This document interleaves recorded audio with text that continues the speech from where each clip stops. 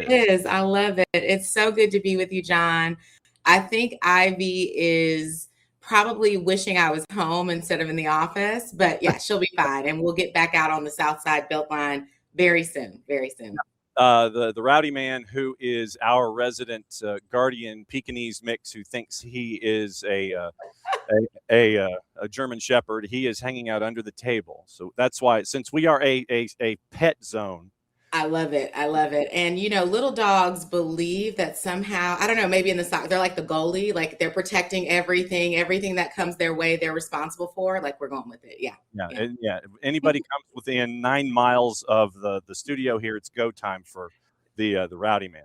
Absolutely. And how big is your dog? Mine's a 6 pound. Rowdy is 13. See, yeah. On a good day. Well, because then he'll want to eat chicken, and then he'll probably go up to like 14 and a half. Oh my gosh. Yeah, so, there's something. Yeah, he's a house of fire, and everything runs through him. He's the guy that has the badge scanner when you walk in the studio. He's just like, no, I don't know you, so I'm going to bark. Thank you for dropping in on a Monday, especially with how busy we are with the World Cup here. I wanted to have you on to discuss what happened last week with the panel discussion. Absolutely. That was in line with something that FIFA has as one of their earmarks. Yeah, for anybody who's been in the stadium at all, it has been amazing to see the Unite for Peace ads, the kind of focus on how we play just as much as the way that we're engaging in the game experience. And so doing International Day for Countering Hate last week really was just a moment to pause. So I got a phone call from the human rights team at FIFA.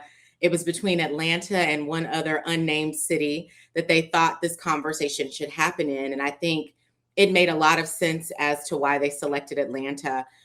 We do this well, right? We have done this for many, many years. And I tell people, we don't stand on the laurels of the past.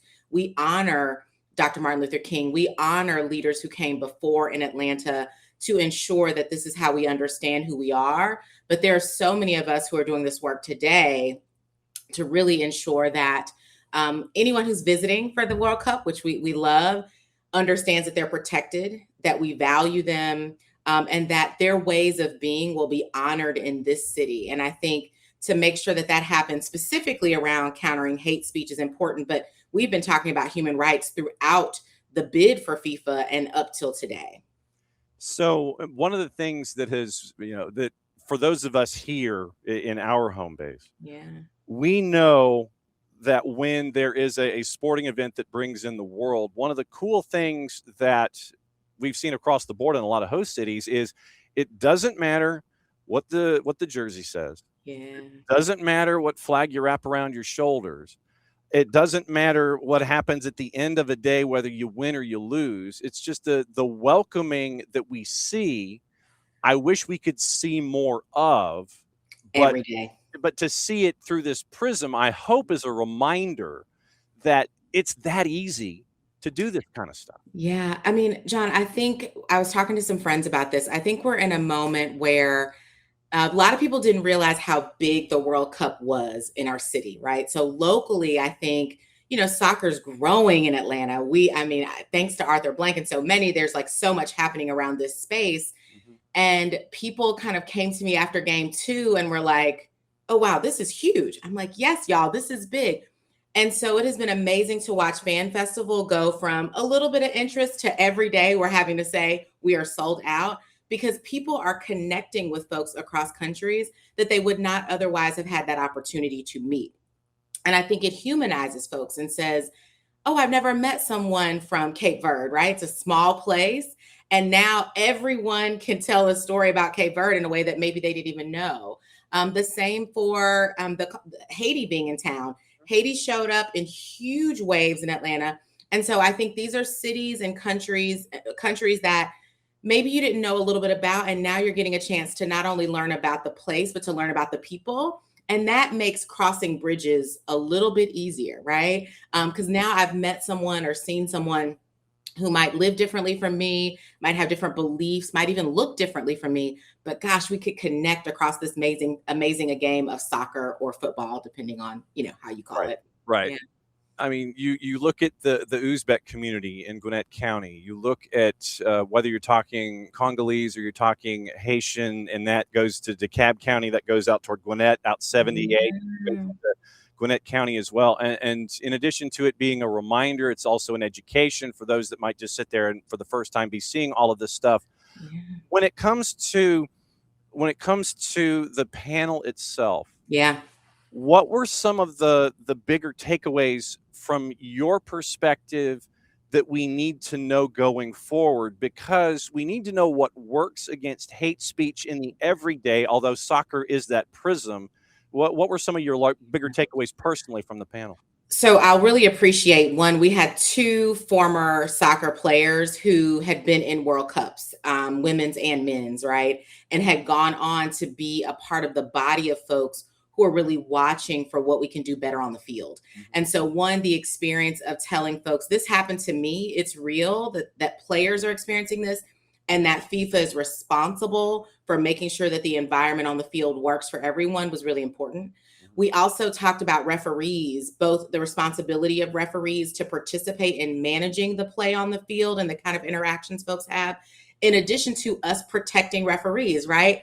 I'm a go football for 2 seconds here. I'm a UGA alum, right? Many times when it hasn't gone my way, I thought that was the ref, right? And what is the interaction we have with refs? But we have to be thoughtful about the way we engage and talk to refs and talk about them and yell and engage with them when we're in the stands as fans, just as much as players, right? Yeah. And so countering hate speech means, how do I interact with this human who I might disagree with or might be seeing something differently from?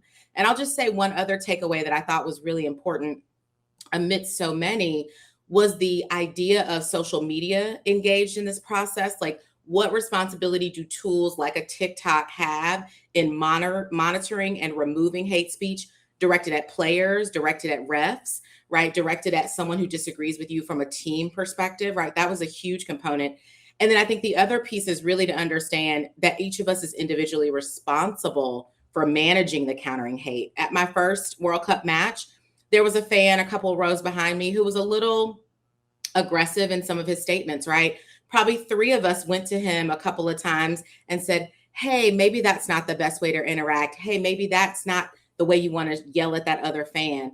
And I think the way that we did it was as thoughtful as could be. And so remembering that we are all individually contributing to reducing hate speech in a game experience of any kind and in the world every single day. Well, because there is and I mean this in the most genuine way possible, there is a Southern way to go about reminding folks about the right way to do something. Absolutely, absolutely. Cheer for your team, right? That's the point, right? And use language that is kind and respectful, even in disagreement. And I think one of the things that we talked about on the panel that was so helpful is those of us who want to model the behavior can actually be the example in the stadium, right? So we can do this and say, going to that person, hey, we really love your enthusiasm, but we want to say that maybe some of those things you're sharing are offensive or concerning, right? And I think having the skills to do that, right? That's something we can train people around so they have the language and the comfort and the confidence to do it. And also leveraging the staff on site where helpful to say, here's something you should know. And one other note that I thought was so interesting, explicitly on the field, John, what they're now doing is there's a sign that actually just stops the game completely before we get into the conversation, before we try to, did you mean it? Do you need to apologize? All the stuff that happens when we know something has occurred that feels like hate speech on the field, we just pause. And I think that's a big statement, right? That all of us can learn something from. Sometimes the pause is the most important thing. Let me think about what just happened. Let me take a breath to make sure I'm responding well. And then how can I show up as my best self, both understanding what someone else may have experienced from me and also saying, how do I hear from someone else who experienced that in a way that maybe I didn't intend it?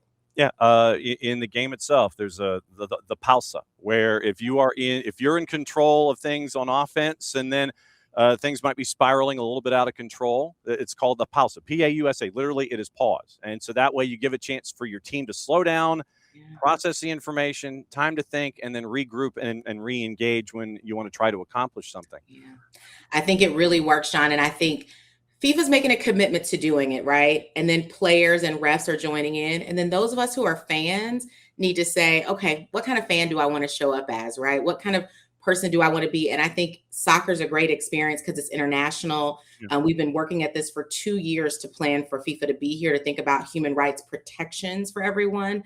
But this is also beyond the game, right? Like, how do you take this learning and this behavior to your everyday experience, whether it's again, soccer, football, baseball, but even outside of that, in your classrooms, right? In your neighborhood, in your community. Yep. Candace Stanciel hanging out with us, Chief Impact Officer for the City of Atlanta, UGA, and dog person extraordinaire, hanging out with us to discuss everything involving hate speech and the panel that happened last week with FIFA, and how we can all be better individuals. When it comes to hate speech in and of itself, was there any discussion about how truly prevalent it is? Yeah. So the new body that FIFA created a little over 2 years ago is really responsible for players being able to bring concerns to them. And it is former players who are part of the body. And so I think that's what's amazing is they're saying, it shouldn't be FIFA executives or leadership. It really should be folks who've played this game doing the assessment. And so folks can bring a concern or a complaint to this players group. It can be heard, and then a decision is rendered about how response needs to happen. And so I think that is a brilliant move by the organization to put folks at the top of it. And I will say, from the two players we had, many people will know the former president of Liberia, George Way. I mean, just brilliant in the work. Even Gerd, who is leading the human rights efforts for FIFA, was there, former player as well. He talked about, we met at the National Center for Civil and Human Rights here in Atlanta, a fitting location. And there's a new exhibit about the use of soccer to actually advance good. Mm-hmm. And I think Gerd went upstairs, and it was so amazing. There was a banner hanging that he had created generations ago, years ago, and still we're having this conversation. So I think one of the learnings was, this is a constant, something we're going to have to respond to. The way that hate speech shows up changes. Because different communities look differently, teaching what might mean something offensively in one place might not mean the same thing to someone else. And so that misunderstanding and that bridge we've got to kind of cross with each other. I think all those things played out in making the conversation really current. So it's not like, oh, this has happened in the past and we're dealing with it. It is something that's occurring now. But what we do know is that we're getting better at it, John. We are literally able to more quickly assess it online, which is one of the places where it's really kind of expanded because of the ease of folks behind a screen, right? And so we want to make sure we're addressing that. And then I think what's happening on the field, many players felt like had improved radically. And so I think, there was an incident earlier during FIFA where we had a conversation about a symbol that a referee put forward that some people named as offensive, right? Part of this issue is also the subjective nature of what is discrimination or harassment. Right. And we've got to get better at having a shared definition of that and acknowledging what it looks like across countries, across culture. Yeah. And you're reading my notes, because there are some things, and sidebar, we did have Daniel Fuller, the curator. Yes. Of the, we had Daniel on last week. And so I went to the initial rollout of the exhibit and was up there. And so I got to see things that I had known about, whether it was locally or otherwise. So, and catching up with Daniel and I have resolved that he's probably going to just come back on a recurring basis just to talk soccer in general. But, when you discuss all of these things and it is right there in front of you, I think that the other part of this is context, because we all come from different cultures and we all come from different places on the planet. And to the point that you were making about the video official that was shown earlier in the tournament, there are phrases and ways that you present information from one culture that means one thing in one culture, and it might mean something else in another. And so I think we have to also become self-educated when it comes to our interactions, so we're not thinking that something means one thing universally. And I think that that's key to this too. That's really, really important, John. And I think part of what a World Cup experience does is allows us to have those conversations and creates the ability. We already talked about pausing, but it creates the ability to hear from someone else who may see it differently. And then I think the joy of what we talked about at the panel was there are arbiters of this, right? So there's this players group that can take grievances from players directly. Also, completely during the tournament, the human rights group that was set up by FIFA has a grievance line. So if you have a concern as a person in a game, a person at a fan fest, you can send your grievance, and each city has a person, me here in Atlanta, who will actually hear those concerns and grievances as necessary. And so some of them can be solved at the FIFA level, right? Something happened in a stadium, it was a one-to-one interaction. Maybe a person on the staff was able to get involved. But when it does move into something where there was an issue of harassment, discrimination, human rights violation in a city, we have a remedy body that can hear that concern, adjudicate it, and provide remedy to anyone who might have been harmed. And so we want to make sure that we're not just saying, we hope it works out. We're saying when it doesn't work out in the ways that we want, here's a tool and a resource to make sure you're getting the support you need. Once the tournament is over, is the city going to continue to have that as an arm for education? Absolutely. So the Human Relations Commission has existed for years. And what we did to prepare for FIFA was actually got them some training with the FIFA human rights team to just expand their capabilities to prepare for this particular experience. But they constantly support and serve anyone who's experienced discrimination or harassment in the city of Atlanta. You can find us on the City of Atlanta's website, put in a case or a concern, and we will respond immediately. So yes, they've been in existence. They're here. And the goal is to make sure that anytime these situations occur in the city, that we have a place to talk through them, to weigh the concern, and to really respond appropriately. This isn't necessarily a World Cup question, but it goes to the parallels that we've been addressing this morning. How good a listener are we these days when it comes to conversation, understanding others, mores, beliefs, other cultures? How good a listener are we as a people these days? Yeah, John, I hope we're getting better. That's what I'll say every day. Part of my work has been training on engaging in positive conflict, not seeing conflict as a negative tool, but as really an opportunity where that friction happens is sometime where good learning occurs. And I think, obviously I work in government, and there are unique tensions that exist when trying to move government forward. Yeah. But I do believe you've got folks who are sitting in seats who want to do this work well together. I think often one of my quotes I said on the panel, our values are the same. We believe in respect, kindness, good communication. We have values that say we should show up, but how those values play out is sometimes what's different, right? So what does respect look like to someone else might not be what I anticipate respect is. And so the ability to have the conversation and to listen is really a critical part of how we get better at it. And I think, John, sports is this amazing place to do it, right? Like in the stadium, when I'm sitting next to another fan for my team, whether that's UGA, whether that's UCLA, got a lot of schools. I'm a Hawks lover, right? Whatever those places are, I don't know you, but I know something about you. And I know that we care about something. And if we can use that as a container to start the conversations about where we might see the world differently, maybe that's a path that helps us get to better listening. So then for those of us that might need to get the wax out of our ears, how do we make that happen, but not make it seem like we're forcing the Q-tip, if you understand where my analogy is going? I do. I mean, two things come up for me, John. One is when you get a ticket, who do you take with you, right? Who's a person maybe I want to have a conversation with that maybe I wouldn't otherwise? Like, oh, could we go to a game together? Could that be something we do? And then it leaves space for relationship building, because that's the first thing that we're going to have to do, right? So who's someone who's different that maybe you'd love to get to know or spend some time with? Can we go to a game?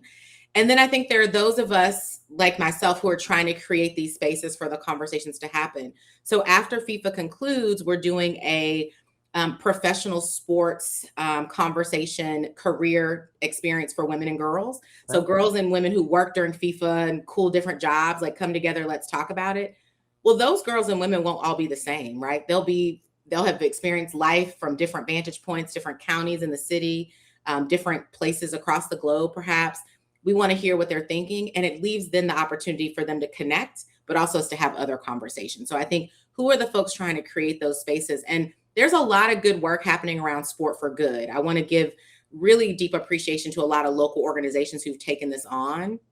And so If you have a chance to join in some of those spaces, that's where I think the needle gets moved, where it's really like, we love this game, we love this experience of sport, and we believe it can do even more to connect humans. Okay, so then can you do me a favor when that panel and when that information session happens? Can we bookmark it so that way we can revisit and you can come back and talk about that after that happens? Done, John. No problem at all. And we'd love to stay in community. I think I spent maybe a year and a half ago, I went to the UN for a conversation on sport and human rights in preparation for this.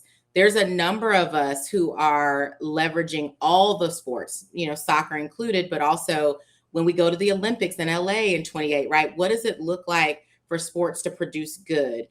Some people may remember when the Olympics was in LA many, many years ago, they created a foundation after, and that funding has funded literacy training for young people, youth programming. So sport can leave a legacy. And I think one of those things we're doing now in Atlanta, we have a human rights action plan. It has 8 legacy initiatives. After the games are over, what sticks, right? How have we developed young people? How have we created leaders? How have we positioned some of these conversations about human rights and created an ecosystem around human rights that makes Atlanta well prepared to be a voice for what good can look like in sport and anywhere else? Awesome. So we've officially bookmarked it. You now have your RSVP for coming back. And as someone who is an Orange County kid, Yes. I was born in Lakewood at Lakewood General Hospital, right off the 91 freeway. Wow. When it was a single level neon sign deal, that's back in the days of the Industrial Revolution. That's when I was born. Not that long ago, John. Not even. But I did spend time at Ackerman Union and fell in love with the bowling alley. So I know of which you speak when you discuss things at the hallowed halls of UCLA. And as a Fullerton guy who loved the baseball program and kind of grew up with all of that, as half of my family was back there, I know of which you speak when you're talking about the 213 and the 714. Absolutely. And John, you will know, I mean, the basketball coming out of Orange County, I mean, it is legendary. So yeah, again, using sports. So I worked for a small program nonprofit. I'll make this really quick, for boys and girls who needed additional support from their families. And we sent a lot of kids to amazing schools where they used athletic scholarships to move into better economic situations, right? So this stuff works. And I think there's a real opportunity for those of us who love it to leverage it for the best that it can be.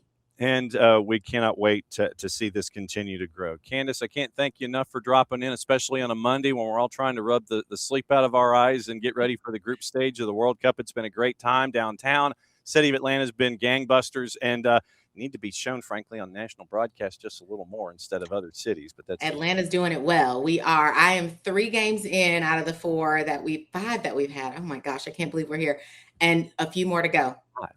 5 done. Yeah, 5 down. 5 done. We got 3 to go here. 3 to go. In the knockouts, and it's crazy. You know where the garage door opener is. You know where the key is under the mat. Come in and crash anytime, and we'll, you can sit. I'll talk Fullerton baseball, and you can talk UCLA basketball, and we'll run it. Thanks for dropping by on a Monday.